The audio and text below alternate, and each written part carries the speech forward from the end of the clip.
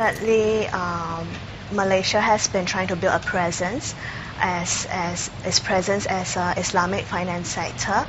Malaysia can expect half of its banking assets to be Islamic by 2030 as the industry's growth outpaces conventional banking, according to a lenders association.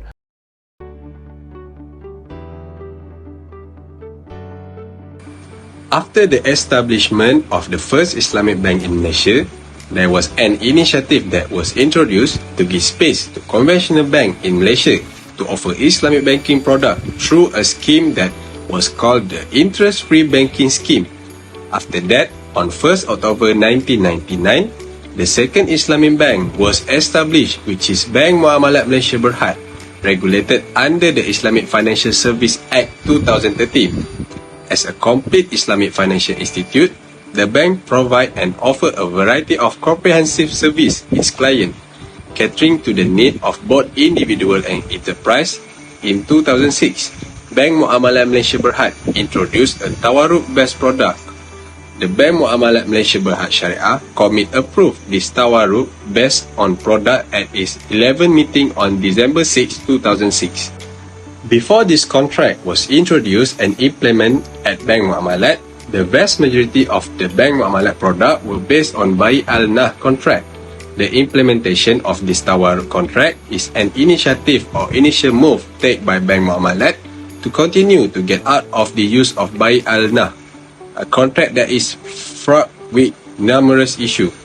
Bank Muamalat provide deposit account, financial and management for asset, car, house and personal use, as well as wealth management products such as family and general takaful, investment and Islamic wealth planning, as well as non-financial service such as funeral planning, Quranic education and halal tool. Bank Muamalat Malaysia provide its business and institution client with the full range of product and service that are typically associated with large corporate and investment bank. This product and service include cash management, payment solution, including trade and export finance, as well as international foreign exchange, financing, and capital market operations. The Bank Muamalat branch network spans 67 different locations over the entirety of the country.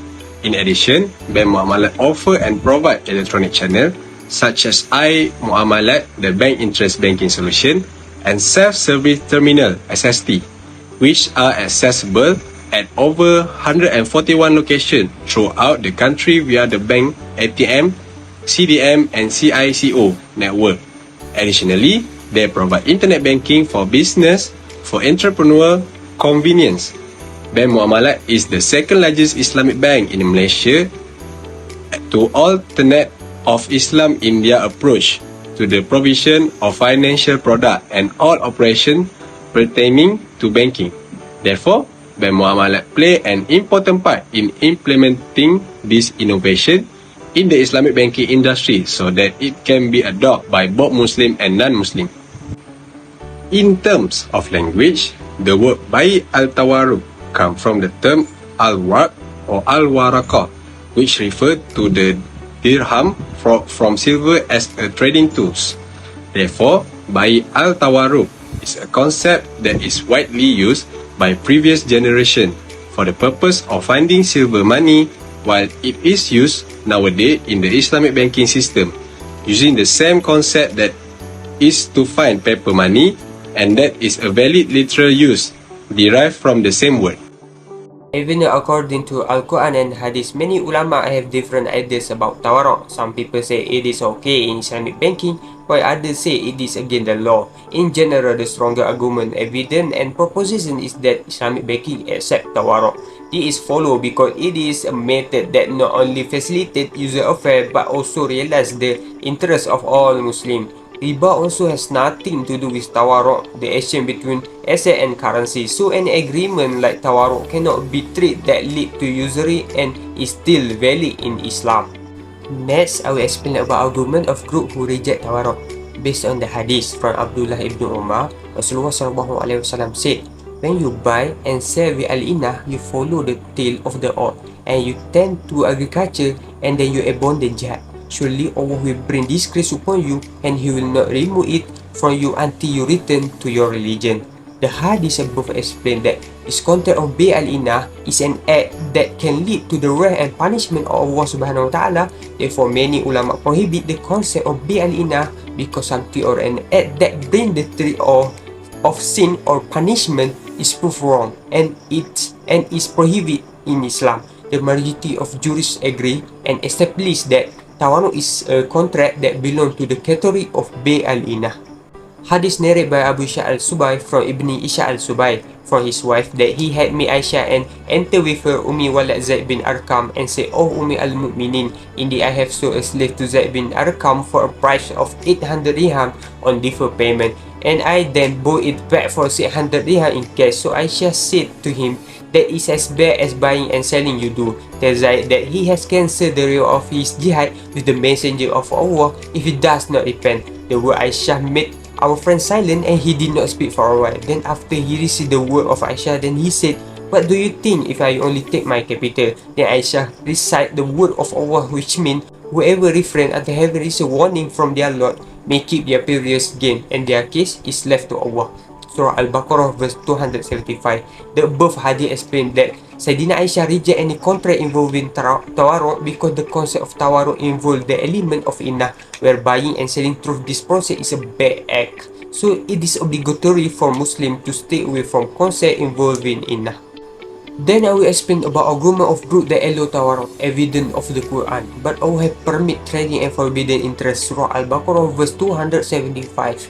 Based on Surah Al-Baqarah verse 275, some ulama have agreed and state that Tawarruq is part of buying and selling activities. Therefore, they are of the view that Tawarruq is allowed in the Islamic banking system. It can happen on purpose to get cash with everyone's knowledge, or it can happen without the knowledge of the person selling the thing on credit. It may also be done because the situation calls for it, or because it has been done for so long that it has become part of the culture of the group, institution or organization. Evidence of the Sunnah from Abu Hurairah radhiyallahu anhuma that Rasulullah SAW appointed a man as governor in Kaibah.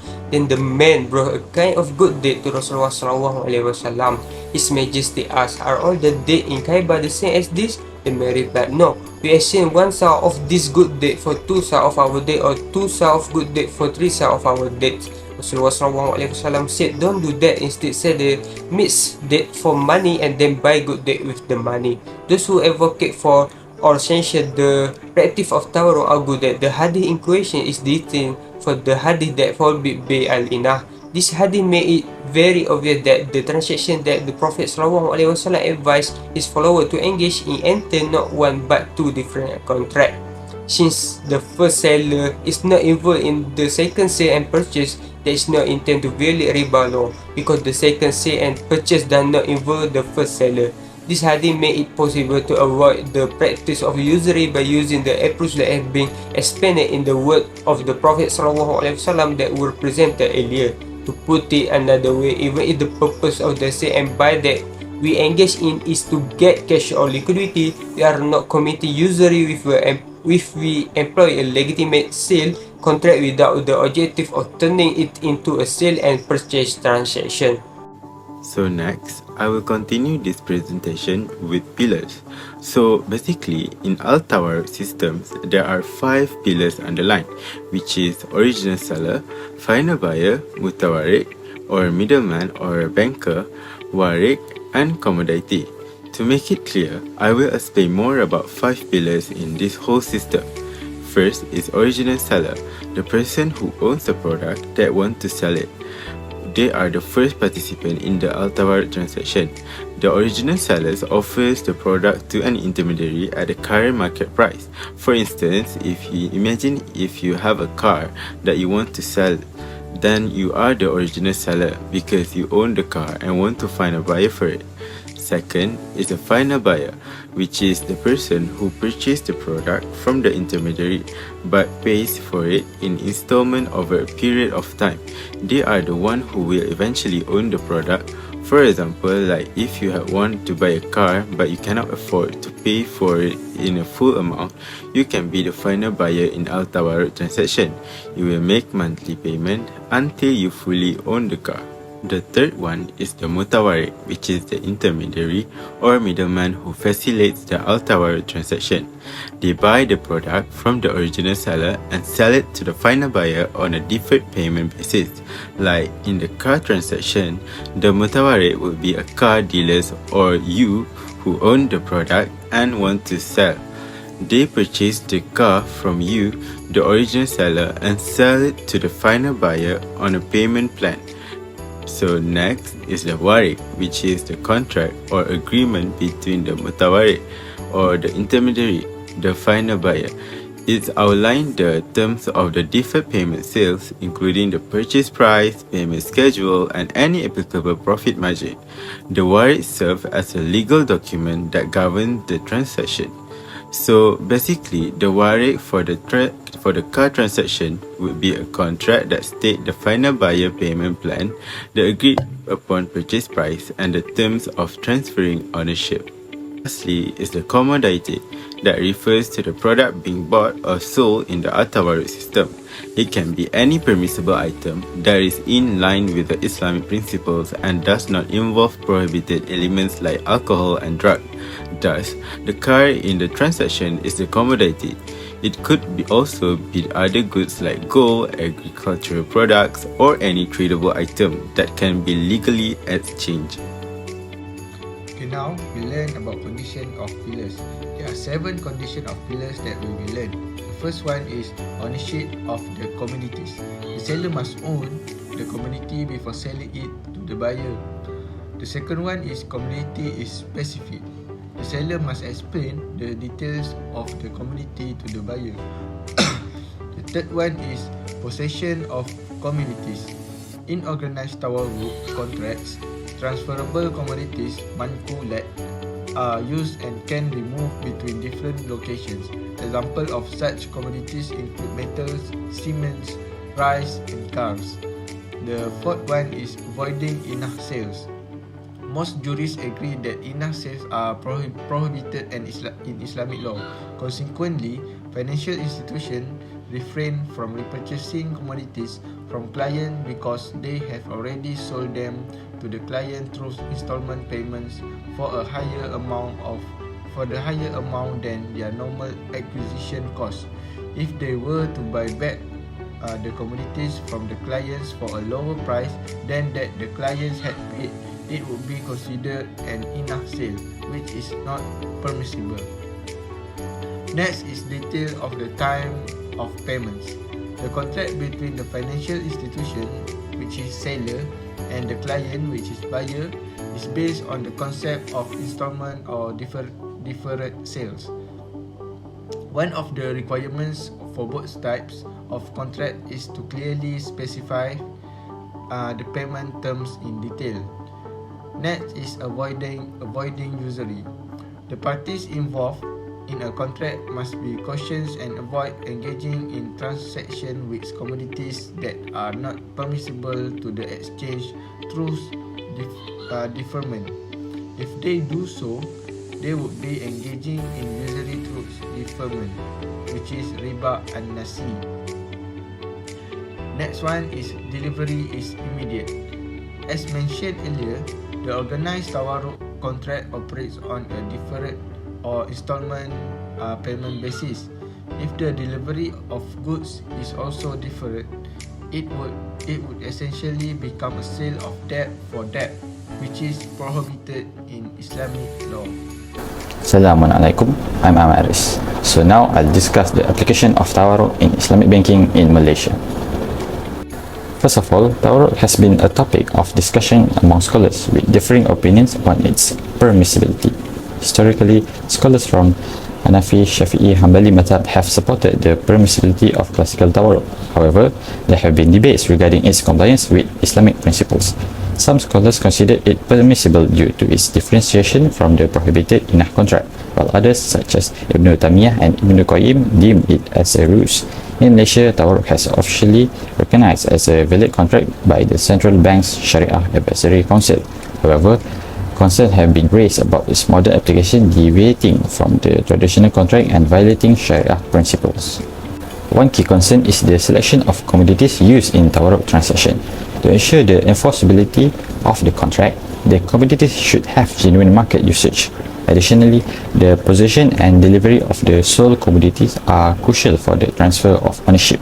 Unfortunately, these requirements are not always met in the current practices, leading to uncertainty and non-compliance. Another concern raised by scholars is the employment of agency. It is essential for the client to resell the commodity themselves rather than relying on the bank to act as their agent. However, in modern Tawarruq practices, this requirement is not fully met. To address this concern, Malaysia introduced the Bursa Suq Al-Sila business platform in 2009. It serves as a digital marketplace for Tawarruq transaction, primarily using crude palm oil (CPO) as the traded commodity.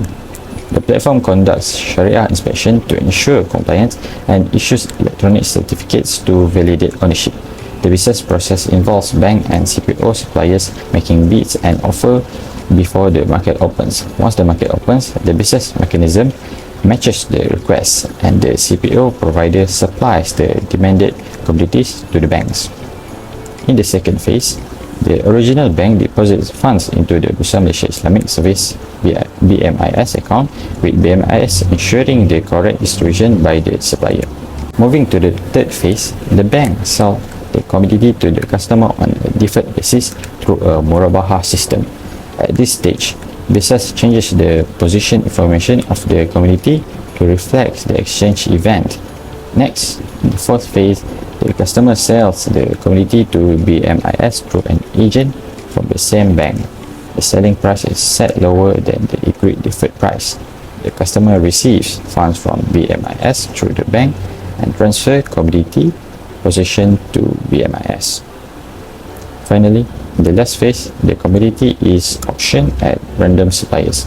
After obtaining the ownership, the supplier has the option to resell the commodity on the business market for further trade, but they must free from liability. However, despite these efforts, challenges remain. The availability of sufficient commodities to meet the increasing demand raised concerns. Additionally, there is a delivery processing cost imposed on customers, which some argue should be included in the selling price to preserve the integrity of the Tawarruq contract. Nevertheless, Tawarruq remains an essential instrument in Islamic banking sector. Its convenience, flexibility in commodity selection, and adherence to Sharia principle make it an attractive choice for individuals and business. Efforts are being made to improve practices and align with Sharia standards, further supporting the legitimacy of Tawarruq transactions. Hi, Assalamualaikum warahmatullahi wabarakatuh. My name is Rafi bin Sahrul and I will explain the process of the personal financing. Different from the figure 5.2, it explains the process of operation Muamalat Bank personal financing. This process is called Tawarruq. That means personal financing, which has to go through 5 stages in this process. First is financing. Customer signs contract with the appointed bank to find the manufacturer. This contract will form the agreement between the customer and bank regarding the terms, conditions and regulations. By this agreement, the customer may select any manufacturer or supplier that they wish to purchase the asset or item. Second is bank sign contract with the manufacturer. Once the agreement has been complete, the bank will process to make a contract with the chosen manufacturer by the customer. The contract will outline the transaction and the manufacturer itself in every aspect, including the specifications of raw materials, assets, and other relevant details. The agreement between bank and the manufacturer will ensure that the desired asset of the customer will be delivered to him upon completion of the financing process. Number 3 is bank paid the cost. After the contract between manufacturer and the bank was established, the bank disbursed the funds to cover the cost of the asset on behalf of the customer. The bank will pay the agreed amount directly to the manufacturer. Continue with the customer made payment, which the customer is responsible for repaying the bank for the financing that has been provided to the manufacturer. The repayment terms, including the amount, duration, and the date schedule of monthly payment, are determined based on the agreement contract between the bank and the customer. Therefore, the customer will need to pay an installment payment to the bank that will include the principal amount with any applicable interest or profit. And the last but not least is delivered asset to customer. After the process of contract agreement between every side has been established, the constructor will deliver assets to the customer. Thereby, the customer can fully use the asset or financial item as per term of agreement. So that's all from me. I will pass to the next person. Thank you.